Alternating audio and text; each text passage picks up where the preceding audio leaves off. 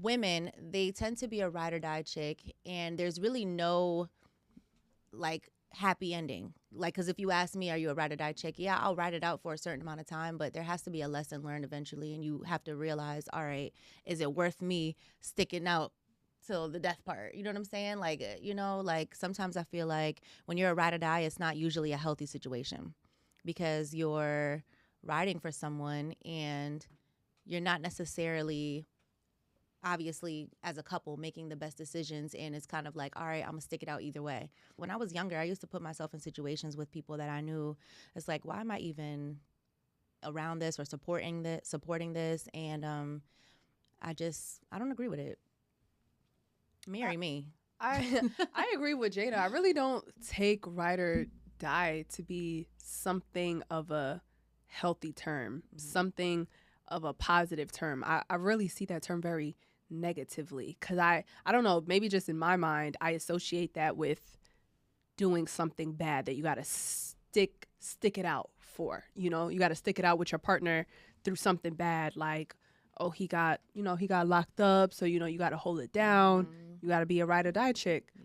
Selling drugs, you gotta hold it down and take the drugs elsewhere and hide from the cops and something crazy. I don't know. I don't know. That's where my mind goes. Lying under oath. Yeah, it's not healthy, and it's A parent will lie under oath for their child that's riding or dying, Someone but that they but pushed no, out of their body. I don't But it's care. always Whoa, a whoa, whoa, whoa, negative No. situation. What we're gonna do is we're not going to give any other variables to the context of what's being said. So if you push out of your body or not, you are riding and dying for your child, right? What I'm trying to do is understand, why is there a negative stigma on it? For example, you can ride or die for your kid, right? Most parents do, actually. And you can ride or die for maybe your sister, a family, a loved one, someone that you deem to be a significant other. But the second that it enters the realm of a relationship, we look at it as a negative I kind of feel stigma. like, why I would know you that push there are it? ride or dies, right? Friends, bros.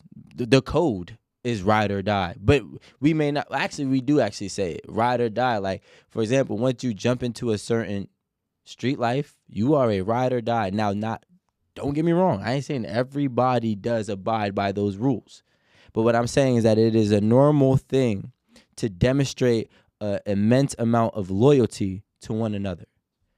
Now, has there been in certain instances, has it been one-sided? Yes. But in other instances, it is actually on both ends. There are dudes that ride it out for their girl. There are dudes that love women who are truly terrible women, and they would sit on her side and be her little hush puppy dog until he finally gets the chance, because all he wanted to do was demonstrate loyalty. So let's not make this a gender thing. I'm not making it a gender thing. Can I just say, I think you really pushed it with putting the Thanks. family. The jumping jacks, You gymnastics, just really overdid it. You super tried it. gymnastics. I think like Why? we're not talking about a family, mother, daughter, brother, sister bond. We're not talking about that. We're talking about a relationship. And at the end of the day, if someone that's not my family is putting me in a negative position or making me jeopardize my life in any kind of way, Is your husband your family? you said husband. I'm that just asking means you a we're question. You tied said to each relationship.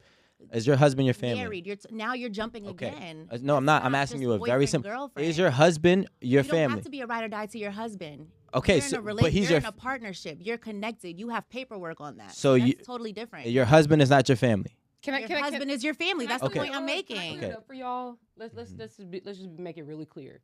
You can have 30 husbands. You only get one mama. You only get one father. Amen. So that's the difference. And that some of she's them trying to make. some of them are the worst people in those people's lives. So what I'm saying is, to go back to it, I don't like we want to add variables, and that's one thing that I learned that a lot of people try to do to diffuse whatever the real principles are. I want to talk about principles on ride or die.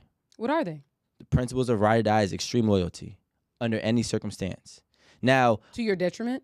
Exactly. Even I'm like, for fucking what? I spoke very clearly. When I said any, I meant any. To your own detriment, to one's detriment, whatever the case may be. It's extreme loyalty under any circumstance. Can I just clean up what I said, because it makes a point when you say under any circumstance, but it really only comes down to being called a ride or die under a negative circumstance.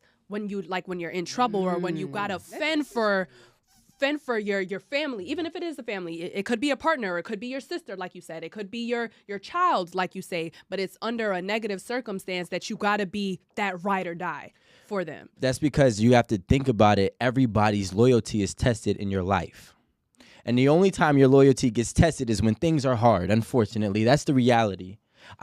When me and you are great, I don't expect anything to be wrong with us. But when me and you are not great, are we still going to be good? So that's why you see this stigma of ride or die under negative circumstances, because under the negative circumstances is when one defines their loyalty to you or to what you may have, whether it be a relationship, whether it be a friendship, whether it be a family, sister, brotherly bond. This is the thing that I'm trying to get to. Is it really worth being a ride or die? Not all the time. It's not always worth it. And it's not always gonna be like the outcome. If the outcome, for example, if my man is about to go to jail for 10 years and, you know, I'm expected to just, you know, hold it down, stick it out, not knowing what the situation is going to be when he comes back, or not knowing, like, you know, a lot of things can change in that time.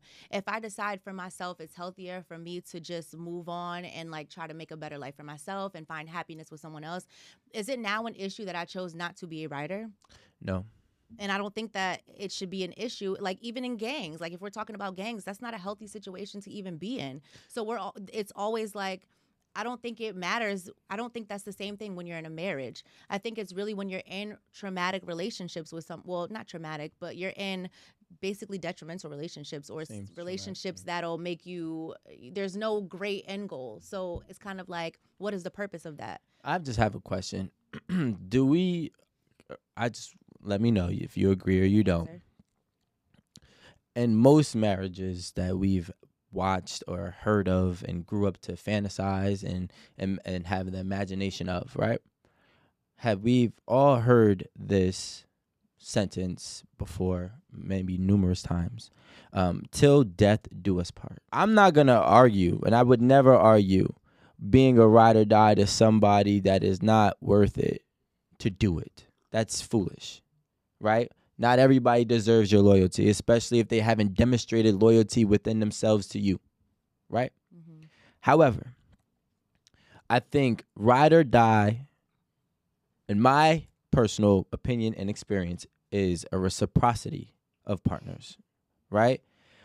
When a man is ride or dying for a woman, or whether he's ride or dying for his homie, there are situations that are coming up nonstop where you're dictating, or where you're demonstrating, I should say, your loyalty to each other. Now, when it gets to the biggest point, right, whatever case that may be, some people, it could be in a marriage where a dude was like, yo, we've worked for 10 years. We've been married for 10 years. We've worked for 10 years. We saved our money for 10 years. I want to take all of our money and flood it into this investment. Are you riding with it? And you have to understand and see the bigger picture within that relationship. So if that is the case, because I want to get away from the stigma of you're going to jail, right? You have to lie on court, because a ride or die is not always you're going to jail and a dude is committing crimes. A ride or die is, this is rough, is going to be rough, or whatever the case may be. 5 years, 10 years, 15 years. Are you willing to see it through? That's a great example. And I like that. And I feel like it's a little different than a ride or die, because I feel like that's like ride or die and being someone's wife or husband. I feel like those are just two separate things. And I feel like extreme loyalty to someone you don't have, like I don't owe you anything. There's not, yeah, it's not significant enough, I guess, is what I'm trying to say. I think in a marriage, those things are going to happen, and those things are expected to happen, and those things are things that you work on as a partnership. But when you talk about ride or die, there's so many different things that can come into the situation, and you're not really benefiting in any way, because this is not someone you're married to. This is someone that you're taking chance with for no reason. Having loyalty and a commitment to somebody versus being a ride or die, if you will. Because like she said, in a marriage, you have a partnership. Everybody's going to give, everybody's going to take, everybody's going to benefit. But in a ride or die situation, there's an unequal power dynamic. It's typically one person who is getting the majority of the benefit of that relationship. It's typically one person who's shouldering the burden, the emotional bullshit, the hurt, and everything else of that relationship.